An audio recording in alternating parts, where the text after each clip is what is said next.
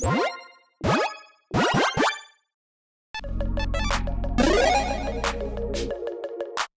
everyone, Mitch coming up with the Bear Score Studio. Welcome to the show. So spoiler season rolls on, and my goodness, we've got some things that are crazy out there and yeah, potentially busted. I might need your help on this one. Let's jump into it. So, Jackdaw Savior. This is a brand new, pristine, spoiled card that could do some pretty crazy things. Let's jump into it. Jackdaw Savior is a 3/1 bird cleric with flying for 3 mana, but that's not why it's crazy. Whenever it or another creature you control with flying dies, return another target creature card with lesser mana value from your graveyard to the battlefield.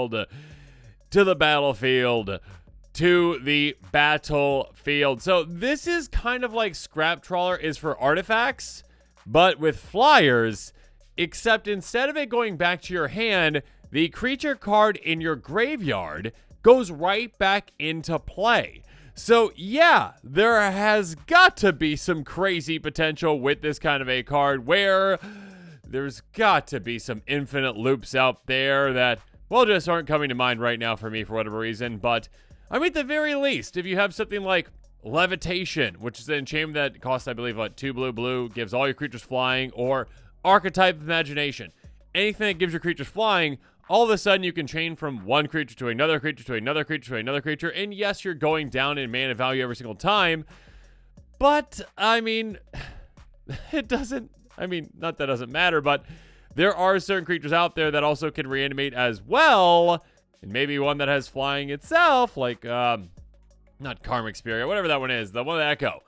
There's got to be some crazy weird things you can do with this one. I mean, again, instead of it just bringing back to your hand right into play, this is crazy. So, yeah, this got to be pretty crazy. Let me know what you can do within the comments below. Let me know what cards come to your mind. Karmic Guide? Karmic Guide. I think that's the one, right?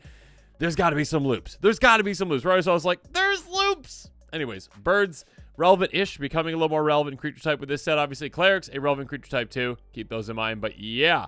Flying reanimation craziness. Cool. Moving on. Seasoned Warden Guard, a 1/2 rabbit warrior for 1 mana in total. In white, whenever it attacks, if you control a token, +2 with 0 till turn. Limited card. Next up, Sinister Monolith artifact for 4 mana. At the beginning of combat on your turn, each opponent loses 1 life and you gain 1 life. Tap, pay 2 life, sacrifice it, draw 2 cards, activate only as a sorcery. This is an interesting one because at 4 mana, we've got like Ancient Craving, etc. They're like, hey, 4 mana, sorcery speed, draw 3 cards, lose 3 life. 2 cards for 2 life is obviously not big of a deal to lose the life. It can only be sorcery speed, which is unfortunate. But yeah, being able to include this in a deck that cares about repeated life loss for your opponents, or again, life gain, different instances of life gain, definitely could be considered to include for that. Because like panic mode later on, you'd be like, I need to draw some cards with it. Next up, Rottenmouth Viper. Here we go. A 6/6 elemental snake for 5 and a black, but you're probably never going to pay that.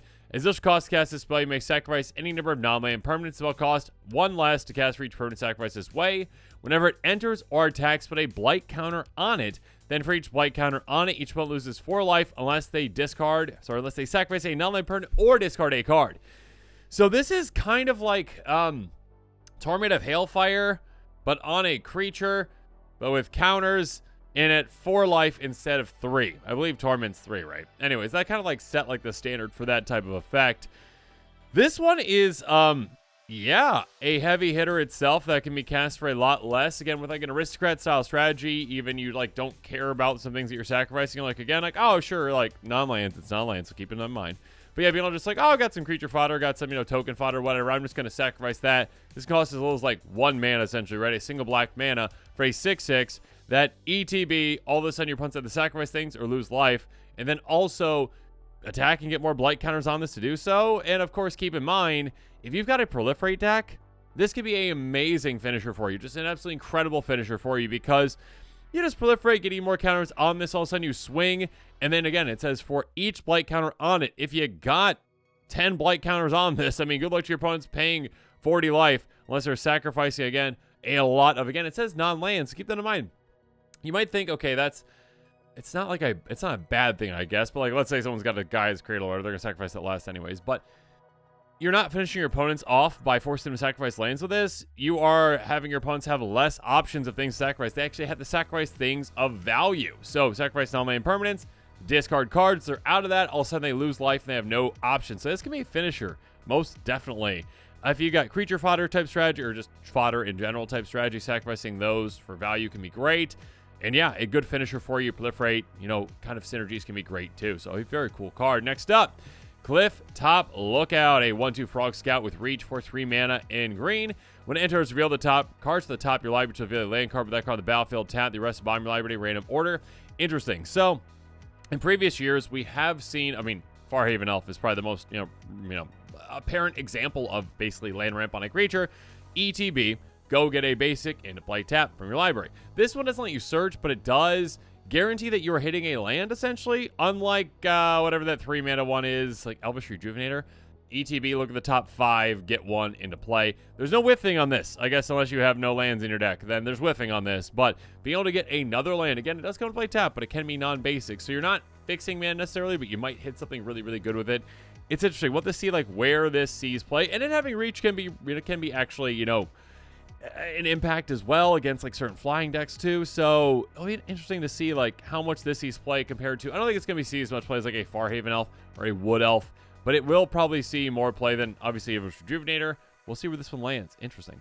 Landfall decks can consider it, of course, and ETB decks too. Next up, Daring Wave Rider, a 4/4 Otter Wizard with some amazing art. 6 mana in blue. Enters, you may cast target insert sorcery card with mana value 4 less to your graveyard without paying its mana cost. That's spell you put in your graveyard, exile it instead. I mean, that's kind of spicy. It is more restrictive. Scholar Lost Trove comes to mind as a card that is just strictly better than it. Costing 1 more, but letting you cast any kind of instant sorcery. Doesn't have a mana value restriction, or, you know, you can also cast artifacts, I believe, with that out of the graveyard. It still, I mean, can definitely see play. There's some crazy things you can do with it, like cast a spell that blinks this, cast a spell that copy this, and do it again, and again, and again. But yeah, I mean, this one seems like more for a specific kind of deck. I mean, a blink deck could definitely utilize something like this. Like if you like Eerie Interlude with this and, you know, cast another Eerie Interlude type effect where you're just blinking all your creatures, getting all of those ETBs, you could definitely take advantage of those. Next up, Dark Star Augur, a 2/3 Bat Warlock for 3 mana in black, but you can offspring it for a single black mana more. Flying at the beginning of your upkeep, reveal the top card of your library and put that card in your hand. You lose life equal to its mana value. I mean, we were getting Bob the Bat, basically, or Bob's the Bat, because we get 2 Bobs. Basically, again, you get a 2/3 flying for 3 mana, that Warlock. You can also pay another black mana, so again, for 4 mana in total, you're getting 2 of these, one being a 1/1. Not that big of a deal, who cares? But essentially, again, you get that card draw engine for you. Not technically card draw, but card value engine. You know what I mean. Being able to get cards off the top of your library, sure, you're losing life. If you have a low-to-the-ground deck, this can be absolutely amazing at just drawing you card after card after card. I mean, and if it's lands, you're not losing any life. If it's big cards, you're losing life. So keep that in mind. Keep in mind also that token can be populated, so if you have strategies that work around with that, you can get an absurd amount of card advantage from something like this. Yeah, basically Bob the Bat and his friend, Bob Jr., whatever it is, there you go. Yeah, it seems really good for the right deck out there. Low to the ground spells, ones that maybe have a good amount of lands, definitely consider this. Next up, for the common good, speaking of creature tokens, sorcery for XX and a green. Create X tokens that are copies of target token you control. Then tokens you control gain indestructible until your next turn. You gain life for each token you control. There's a lot of things going on here, but basically, yeah, get an incredible amount of a certain token. Again, it doesn't limit you to creature tokens with this. It is copies of target token you control. Any token could be food, could be treasures if you really want it to be that, obviously. It could be clues. Could be, yeah, a giant creature token too. So again, if you have like that 10/10 Eldrazi or whatever it is, cool, make a lot of copies of that and win. Also giving them indestructible is until your next turn. Until your next turn. Not just this turn, that's quite nice. So they survive essentially on your opponent's turns as well, which can be great because, you know, board wipe could just set you back really a lot for this. Also, life gain is quite nice too. So yeah, token strategies, definitely consider this one. Big mana token strategies. And if you have like a lot of X spells in the deck with a bunch of like token makers too, yeah, a good way to consider it. Life gain maybe as well. Next up, Harvestright Host. A 3/3 Rabbit Citizen for 3 mana in white. Whenever another rabbit you control enters, target creature control with +1/+0 until turn. Then draw a card for the second time this ability is resolved this turn. I mean, unless you've got Rabbit Tribal, probably not. Unless you've got Changeling Tribal as well. Because, yeah, it's very specific. Obviously, rabbits. Next up, Into the Floodmaw. Instant for a single blue mana. Gift a tap fish. Fun. Return target creature to opponent controls to its owner's hand. The gift was promised instead of return target non-land permanent opponent controls to its owner's hand. I think this is a very good card. I think this is a card that, when you think about like those, like, okay, bounce something that is a non-land permanent, your baseline is 2 mana. Bouncing any non-land permanent instant speed, the baseline is 2 mana. 1 in a blue, typically. So, this is a really good iteration on that because, at the very least, this is basically unsummoned. Now, I guess I should say it is only opponent's control. You can't target your own thing. So if you really like that flexibility to be able to maybe save one of your creatures or whatnot, this is not maybe for you. That being said, yeah, 1 mana, unsummon opponent's creature, and if you need to, like, oh, it's not really a creature I need to deal with right now, I need to bounce something else back to their hand, like an enchantment or whatnot, cool. 2 mana, bounce it back, usually what you'd be paying for, but instead you're still paying just the 1, but you're giving someone a 1/1 fish. And in Commander, that's nearly useless. So, yeah, you're basically not really giving them anything. Or you can make a deal with that. Again, you don't have to replace that thing that you are bouncing. You're like, okay, like, I bounce your thing because I don't like you. I mean, I don't like what's going on right here in the game. Okay, I like you. You're a good friend of mine, but I don't like you right now. Other friend over here, I like you better in this game. You get a fish. So, yeah, you don't have to benefit the player that you're hurting with this. So you can make deals. Cool, for a fish. So, yeah, I think it's a very good card. I think this card, again, when it comes to these kind of like 1 mana, 2 mana removal spells in blue, this can definitely see a lot of play. Next up, Poliwhop. Really cool art. Instant for 4 mana in green. Costs 1 less cast for each frog you control. Target you control deals damage equal to twice its power target creature you don't control. I mean, you probably need frogs to really justify utilizing this one. Or changelings, obviously. If you don't have those, probably not. But yeah, I mean, being able to take out bigger creatures is quite nice with this. Nice. Next up, Long River's Pole. Oh, poor Froggy. Instant for a blue. Gift a card. Counter target creature spell if the gift was promised. Instead, counter target spell. This is, I mean, there are worse counter spells out there. Obviously, regular counter spell is just strictly better than this because it's like, okay, yeah, I'll just counter any spell for just 2 mana without giving you a card. That being said, I mean, for 2 mana counterspell, there are definitely better ones out there, but if you have like a bunch of counterspells deck, nice. If you like are desperate and need to counter a spell, any spell, give someone else a card. If not, don't. And again, you can make a deal with that card too, because it doesn't have to be the opponent you're counting the spell from. Next up, Pearl of Wisdom. Sorcery for 3 mana in blue. Spell costs 1 less cast if you control an otter. Draw 2 cards. If you don't have otters, don't consider this at all. Ever. Okay? It's divination. Okay.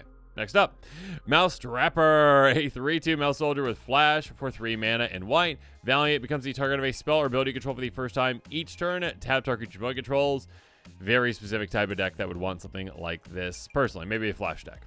Next up, Mudflat Village. We got a cycle of lands to talk about. Land that can tap for a colorless, or can tap for a black but spend only to cast a creature spell, or you can pay 1 a black and tap and sacrifice this to target bat, lizard, rat, or scroll card from your grave to your hand.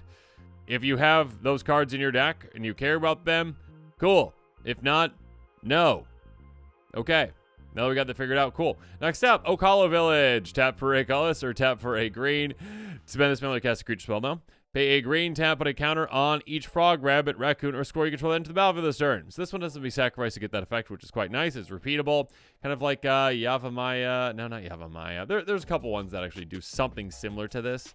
That being said, again, it's specific. So unless you've got changelings or those creature types, don't consider it. Next up, Rockface Village. Tap for a colorless, tap for a red. Same thing, creature spells. Pay a red, tap target lizard, mouse, otter, raccoon, gets +0 and gains haste on the turn. Active on sorcery. I mean, the haste is very, very important. If you have a commander that is any of those types, those are very specific types, and you want to give them haste, great. If you've got those creature types in your deck heavily, great. If you've got changelings, great. If not, no. Moving on. Lupin Flower Village. You're probably going to get the same advice on all these. Tap for a colorless or tap for a white. Again, same thing. Creature spells. Pay 1 and a white tap. Sacrifice this with the top 6 cards of your library. May reveal a bat, bird, mouse, or rabbit card from among them in your hand. The rest of your library in a random order. So, yeah, again, sacrifice it for a potential card advantage. But if you don't have those creature types in your decks, don't do it. Moving on. Finally, Lilypad Village. Tap for a ghost, or you guessed it, tap for a blue. Creature spells only.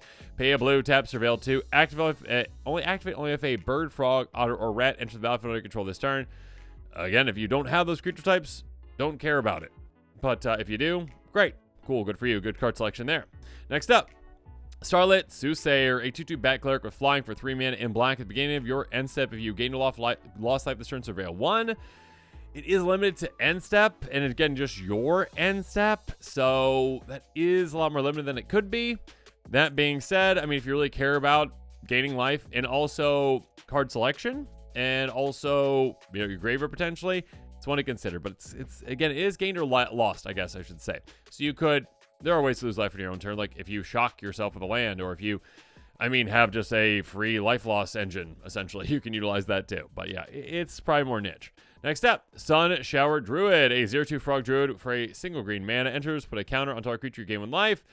I mean, it's strictly better than certain other ones that are kind of similar to this, like older ones, but still doesn't see too much play. Like in a counters deck, maybe consider it, but maybe not. Life gain 2. Next up, take out the trash. Instant for 2 mana and red. 3 damage to our creature Planeswalker. If you control a raccoon, you may discard a card if you draw a card. Very limited card. I guess if you got raccoon tribal, you could definitely consider it, but yeah, still. Like 3 mana for 2 damage, not great in Commander. 3 damage for 2 mana. Anyways, Waterspout Warden. 3/2 Frog Soldier for 3 mana in blue. Whenever it attacks, if another creature enters the battlefield to control this turn, gains flying until end of turn. Limited card. Next up, Waxmane Witness, 2/4 Bat Cleric for 4 mana in white. Flying Vigilance. Whenever you gain or lose life during your turn, gets +1/+0 until end of turn. It's not limited to once each turn. If you've got a life gain deck, this can actually hit pretty hard. Actually, if you got a life loss deck too. Because, like, if you've got, like, Mischievous Poltergeist, that kind of a card where you can just, like, pay 1 life whenever you want to regenerate it. You're like, pay 1 life, pay 1 life, pay 1 life over and over again as many times as you want. I mean, this can hit for that much, essentially. So, yeah, for those kinds of, like, decks that have a lot of instances of life gain or, again, life loss control, you could definitely consider this as a weird, like, common finisher that could just get through. Again, like, flying isn't perfect evasion, but it can usually get through on at least one opponent, and that vigilance is quite nice as well. So, interesting. Next up, Wick the World Mine. Now, this is the commander that I'm going to be going through, talking about the quick take for, yeah, this is a pretty exciting one, and it's interesting because you can go a couple different directions with this. It's a 2/4 Rat Warlock for 4 mana in black, but it's actually in Grixis. Whenever another rat you control enters, you make a 1/1 black snail. Oh, that's a cute little dude. Creature token if you don't control a snail. Otherwise, you get a counter on a snail you control. Then you can pay Grixis, sacrifice a snail. Wick deals damage equal to the sacrifice creature's power to each opponent. Then draw a card to equal sacrifice creature's power. So this is like Snail Explosion, it seems like. You're just like, okay, like, it reminds me of Army in a way, where, like, you make an army. If you don't have an army, if you have an army, you get a counter on it. Kind of same thing with, like, this snail. You're just like, which is interesting, because in the art, it's like, I have a lot of snails in there, but it's just like one giant snail, essentially. It's like a snail army in a way. But yes, being able to just get a snail out there and then all of a sudden grow it throughout the game through, yes, potentially getting this back into play, I guess, or other rats back into play for that. Or into play, not back into play. That can definitely grow that snail quite a bit. There's also other ways to grow it quite quicker and really, like, surprisingly take your opponents out very, very quickly with this once you're set up, because once you activate that ability and just sacrifice it, that's going to be a ton of damage. I mean, again, once you're set up properly and maybe use some doubling effects, maybe, and maybe some other ways to hurt opponents when your creatures die, and maybe when you draw cards. There's a lot of ways to take advantage of this, actually. So again, you could just go, like, throw this in, like, Rat Tribal. Yeah, you could definitely utilize that and be like, okay, I'm just building that up. Cool, I play rats. Great, it gets bigger. You can go, like, full-on Rat Tribal. Absolutely. And it might be the most popular version of this. The version I would go is going to be slightly different, though, and let's talk about those cards. And if you're interested in these cards in this commander, make sure you check out that card list link in the description below. Let's jump into it. Okay, so for the budget buy, Song of Totentans. I think I said that right. Sorcery for X and a red. Create X 1/1 black rat creature tokens with this creature can't block, creature control gain haste till end of turn.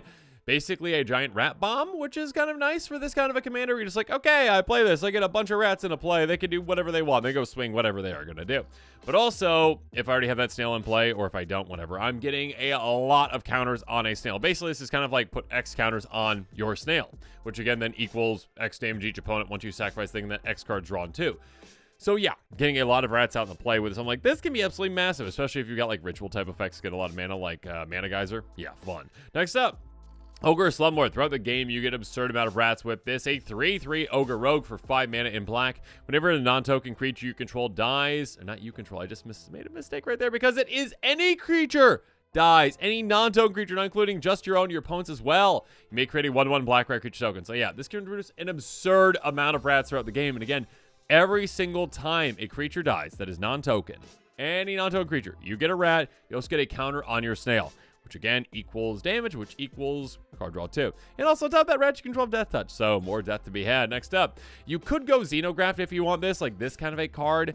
Enters the battlefield as a creature type. Snail or rat. I guess you can go either way. If you go with rat, it's like, okay, when any creature enters the battlefield, you're getting more counters on your snail. If you want to go like in another different direction, you could be like, okay, everything is a snail, meaning that you could sacrifice literally any of your creatures for Grixis colors, and they become, you know, a damage spell essentially to all your opponents, and also a giant card draw engine for you. So this could go in either way, essentially. I mean, if I was going to do this, I'd probably go choosing... Actually, I don't even know. You'd kind of have to build the deck one way or the other. I'd probably go with just making a bunch of creature tokens and them all being rats, essentially, to make one giant snail. Next up, Junk Jet. Yeah, it's a newer way to double up power, and it can be a spicy one. An equipment for 1 and a red. Enters battlefield, create a junk token. Pay 3, sacrifice another artifact. Double equip creature's power until I'm turn, equip 1. Yeah, I mean, you can get this on your snail, all of a sudden start sacrificing artifacts like, you know, that junk token, as well as, I mean, when you need to at a certain point, you can do crazy and just be like, okay, I sacrificed my mana rocks. Yay! Double up, double up, double up, double up your snail's power, and all of a sudden it's like 40 plus, and again, you just launch it at your opponents with your commander, taking them all out at once. So yeah, this type of commander that, again, you can utilize it to build up that snail to a point where it can just be activate that once and all of a sudden win the game. So yeah, or you can just kind of, you know, activate it multiple times throughout the game for value. Again, you are drawing cards too. Tamir Battle Rage, double strike until end of turn to the creature. Also gains trample until end of turn if you control a creature power 4 or greater. So double strike is something you consider as well. I mean, with this also giving that trample to say like, okay, I can take advantage of my snail when it's large, not just with, you know, flinging at my opponents, but also through combat too. Again, hitting your opponents with a double striking, trampling giant snail can be quite great. Unleash Fury though. 2-mana in speed, double the power to our creature until end of turn. Again, out of nowhere, just being like, oh yeah, my snail's at 10 power, and your opponent's like, okay, 10, I can survive 10. That's a lot, but I can survive 10. Okay. And all of a sudden you're like, oh, okay, I pay 2 mana and double it. Oh, okay, 20? That's quite scary. Oh my goodness, okay, 20. And then you're like, oh, Fatal Frenzy. Okay. Instant for 3 mana in total. Until end of turn, target creature control gains trample and gets +X+0, exit its power. Sacrifice it at end of turn. Yeah, again, sacrificing at end of turn does not matter. Being able to just say, okay, cool, double up your power. Also, you get trample so I can swing through with you, which is lovely. And then also, you want to make sure that they survive combat with that, though, so keep that in mind. But yes, being able to say, oh, okay, it doesn't matter if they sacrifice at the end of the turn, because I'm just going to sacrifice you anyways. I'm going to sacrifice you. Rush of Blood, target creature control gets +X+0 until turn exits power. Again, yet another way to double up power. Two-handed axe. First up, you can instant adventure. Target creature control gains double strike until end of turn. So again, like I talked about, hitting with the snail can actually be very beneficial as well. On top of that, though, if you have this equipped to the snail, whenever creature attacks, double its power until end of turn. So again, if you've got multiple double things, it's like, okay, double again. It can just get so out of control that, again, you can just one-shot all your opponents with your snail. Next up, Soul's Fire. Again, yes, you can use fling effects too, but like your commander's fling effect is probably better because it also draws you cards too. That being said, Soul's Fire, target creature control deals damage equal to its power to any target. This is not losing your snail, essentially, right? You get to actually cast this, not lose your snail, and just dish out a lot of damage to someone. There's other ones like this too, like Gravitic Punch. There's also ones that drain opponents as well too, and gain your life as well, so keep those in mind. Speaking of draining opponents though, Psychosis Crawler. Power touch equal to the number of cards in your hand, which again can be a massive amount when you sacrifice your snail to draw a ton of cards. That being said, more importantly, whenever you draw a card, each opponent loses 1 life. So it's basically doubling up the amount of damage that you're dishing out with your commander, because you're saying, oh, okay, my snail just dealt this much damage to you all, which I guess I should mention damage doublers can really help too, obviously. My snail did this much damage to you all. On top of that, though, I'm drawing that many cards, so then it drains you this much as well. So again, it basically doubles that up. Speaking of which, Stalking Vengeance to unlucky and unlucky opponent. Whenever another creature control dies, it deals damage equal to its power to target player or planeswalker. It basically doubles up that damage to 1 player, so keep that in mind. Or planeswalker, if you're like, I really need to get rid of that Jace. Jace, go away. A lot. And also, it's a 5/5 hasty creature, so it can keep that in mind as well. Moving on to the pricier picks, though. My goodness, Plague of Vermin is $16 right now. Oh my goodness. Sorcery speed for 7 mana. Starting with you, each player may pay any amount of life. Repeat this process until no one pays life. Each player puts a 1/1 black rat creature token into play for each 1 life they paid this way. Okay, yeah, this is just, okay, I pay 7 mana. I'm at what life? I don't know, 30, whatever it is. Cool, I'll pay 29 life. I'll make that many rats. I mean, if you want to go that risky, you can. And all of a sudden, all those rats come into play, and then my snail gets massive, and then I sacrifice that snail, and I take all my opponents. If you are a higher life total than your opponents, you can basically just win the game by playing this and activating your commander in the exact same turn, because you're going to be making a snail that is larger than your opponent's life total. So there you go. Next up, though, Arcane Adaptation. Kind of like I mentioned before with Xenographed. Another way to say, you know what, all my creatures are this. This also changes the creature types in the that aren't in the battlefield, too. So like Graveyard and other places as well, like your deck. But usually that doesn't matter for this kind of situation. But sure, if you want to choose rats or snails, do that. You also get both, though, with Masquerade Nexus. Creature tool that are every creature type. Basically, it gives everything changeling. The same is true for everything not in the battlefield. You can also make shapeshifters, which again are also changelings too. So having every single one of your creatures be both rats and snails can come in handy because again, whenever any of your creatures come into play, it gets a counter on your snail. And also, whenever you, sacrifice things, you can sacrifice any of your things then to essentially just, massively hit your opponents for a bunch of damage and draw a bunch of cards. Next up, Lord Skitter Sewer King. Again, if you are going more just rat specific though, whenever another rat enters battlefield under control, exile up to 1 target card from opponent's graveyard, so that's nice. At the beginning of combat your turn, though, you get a 1/1 rat with this creature can't block. So again, a way to consistently make rats throughout the game, and also utilize the rats that you have coming into play for removal. Moving on, Blade of the Blood Chief. Equipped creature dies. Whenever a creature dies, put a counter-equipped creature. If the equipped creature is a vampire, put 2 counters on it instead. This obviously would work really well if you have that Masquerade Nexus type plan, because your snail is also a vampire then, which is like a vampire snail, which would be horrifying, like little cute little dude, like.